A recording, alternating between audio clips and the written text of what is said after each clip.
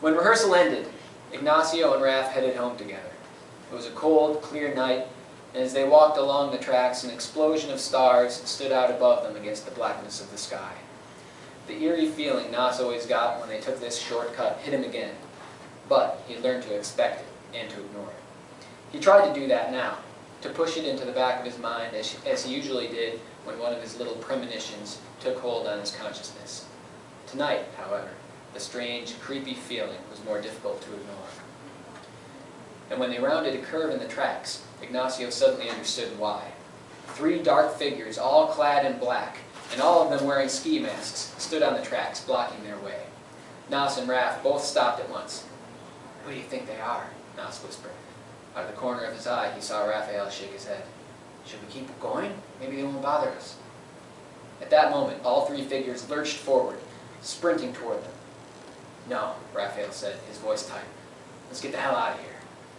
Together, he and Ignacio turned and ran, but before they had gone 5 paces, Raphael tripped on a railroad tie and fell. "Go," he shouted. "I'm fine, keep going." But Raphael wouldn't leave his friend. He stopped and leaned down to help Raphael up as the footfalls behind them grew louder. "Come on," Nas urged, his panic increasing as the 3 dark-clad figures got closer. He managed to get Raphael to his feet. "I can't," Raphael yelled. "I'm hopping on 1 foot. I must have twisted my ankle. Just go, I'll be okay." "No way, no man left behind," Nas said, and he turned, standing shoulder to shoulder with Raphael to face their attackers. Nas could see them clearly now. There were 3 of them, 1 huge, 1 small, and 1 of medium build. As they approached, he took a deep breath and crouched, getting into his fight-ready stance. The 3 masked assailants slowed as they drew close, approaching the 2 boys at a walk. When they were about 3 yards away, they all stopped, and the big one turned around and pulled his pants down to his ankles, giving them a full round moon there under the stars. Laughter erupted from the 3 attackers, and Ignacio was bewildered when Raphael joined in. A moment later, Beat, Benji, and Emery pulled their ski masks off. "Ah, we got you," Benji howled with laughter as they surrounded Ignacio. "Oh, we got you good. You should have seen the look on your face," Emery chimed in. "It was awesome." "But you passed the test," Raphael pointed out. Nas looked at Raphael's injured foot. He was standing normally on it now, and Nas realized it had all been part of the game. "You didn't leave me when I fell," Raphael went on. "You stayed and protected me, and you weren't afraid to fight. Nice work. Now, on to test number 2. Whatever test number 2 was, Nas surmised, it must be more serious than test number 1. As Raphael led his crew east up the tracks, all laughter and kidding around ceased. The wind seemed to grow colder, sharper, heavier, like something alive. Nas and the flatliners squinted against it as it came whistling up the tracks to blow wave after wave of loose dust into their eyes. They continued walking for quite a while, far past the trail Nas and Raph usually took home to the flats. Eventually, they crested a little hill, and their destination came into view. It was a massive tunnel, the largest that Ignacio had ever seen. It had to be at least 3 times as high as the tunnels on Topanga Canyon Road back in Los Angeles, and twice as wide. And the closer they got, the larger the black hole in the mountain seemed. "All right," Raphael said, and the crew halted just outside the tunnel entrance. Raphael stopped Ignacio, keeping him on the railroad ties between the tracks. He took a strip of the black fabric out of his backpack and tied it around Ignacio's head, blindfolded him. "Put both arms out straight. Make a T," Raphael ordered, palms down. Ignacio obeyed, and he heard 2 of the other flatliners approach. They put heavy plastic containers that felt like a milk jug, only heavier, into each of his hands. "Keep your arms out," Raphael's voice sounded stern in Ignacio's sightless world. "Keep them out and recite the Wu-De of the flatliners." Raphael had given Ignacio a written copy of the Wu-De 3 days before and told him to memorize it. "We are the flatliners," Nas recited. "We do not fight needlessly. We do not fight those who are weaker than we are.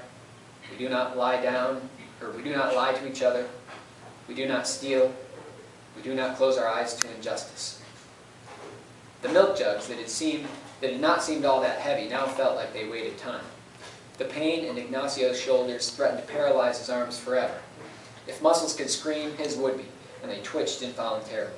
It took him a lot of effort to remember the rest of the Wu-De, but at last he continued. We keep our oaths. We respect our leaders. We remain humble. We maintain our love and loyalty for our brothers and sisters of the flats, even unto death. Even unto death, the others repeated solemnly. Good. That was Raphael's voice. You may drop your arms. Ignacio's aching arms dropped instantly to his sides, the weighty milk jugs falling to the ground at his feet.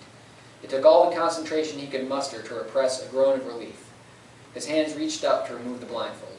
Wait, Raphael's voice stopped him. You have passed 2 tests, but there's still one more. Slowly and carefully, I want you to begin walking forward. Don't stop until I tell you. Understand? Ignacio nodded. Begin. Ignacio took a deep breath and started walking. He stumbled for the first few steps, but once he got used to the distance between the railroad ties and matched his stride to it, he was able to walk easily enough. He moved forward slowly, as Raphael had instructed. The problem was, he knew where he was going. He was walking into the tunnel.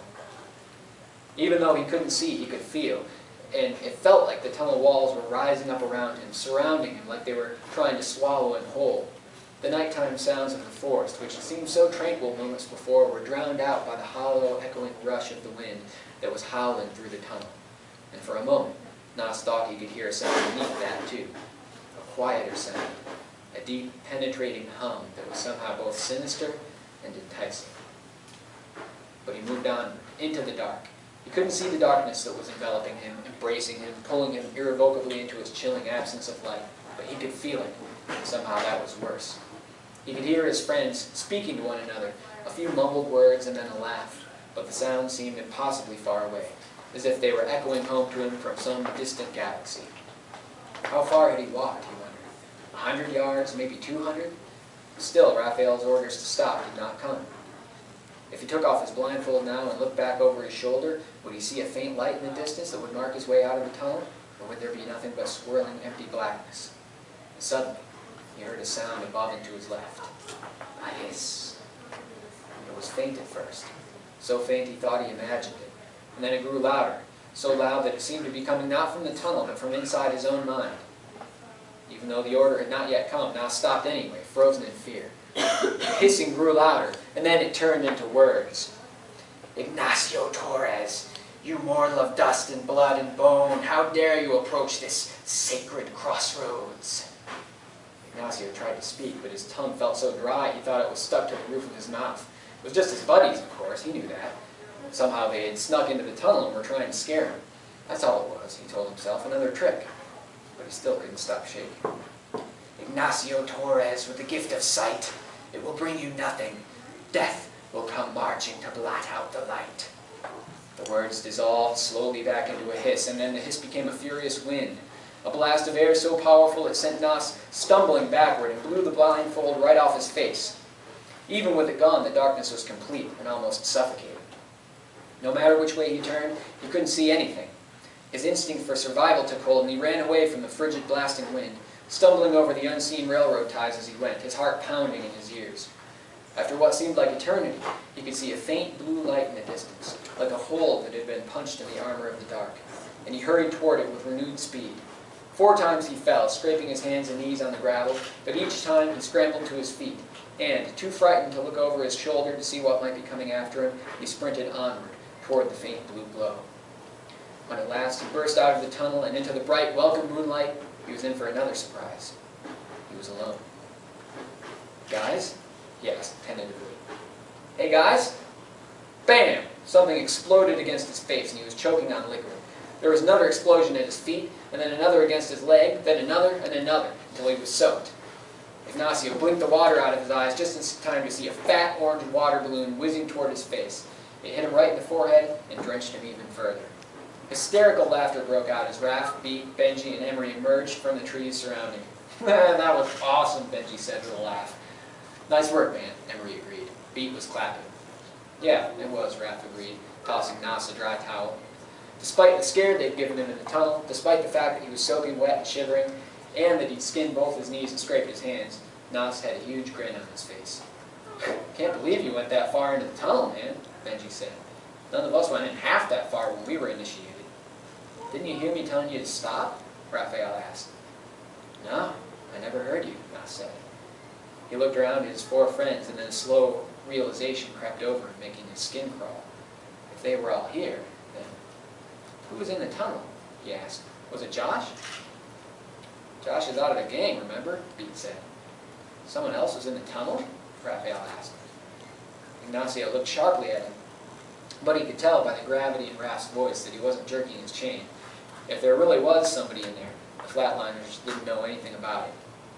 Ignacio stared for a moment into the silent blackness of the tunnel and then shook his head. There was no one there, he concluded aloud. It was just the wind, I guess. Raphael rummaged in his backpack, emerged with a spray paint can, and tossed it to Ignacio. Last order of business, he said. Make your mark. Where? Where do you think? Benji said. You gotta go back in, Pete said, pointing to the tunnel. Ignacio shook the paint can, listening to the metallic clink of the little ball inside. It was all he could do to force himself back inside the mouth of the tunnel after the fright he'd just had. But he'd come this far. There was no way he was going to wuss out now. He stepped just inside, faced the ancient moss-covered masonry of the tunnel wall, and, next to Beat's sloppy scrawl, he wrote Nas, and beneath it, the traditional F within a circle. His mark made, Nas exhaled in relief. He walked back out into the moonlight, and the rest of the Flatliners cheered. Congratulations, buddy, Raphael said, grinning. You're officially a Flatliner. He and Beat hoisted Ignacio up onto their shoulders and carried him triumphantly back up the tracks toward the flats, with Benji and Emery laughing and shouting exuberantly behind them all the way.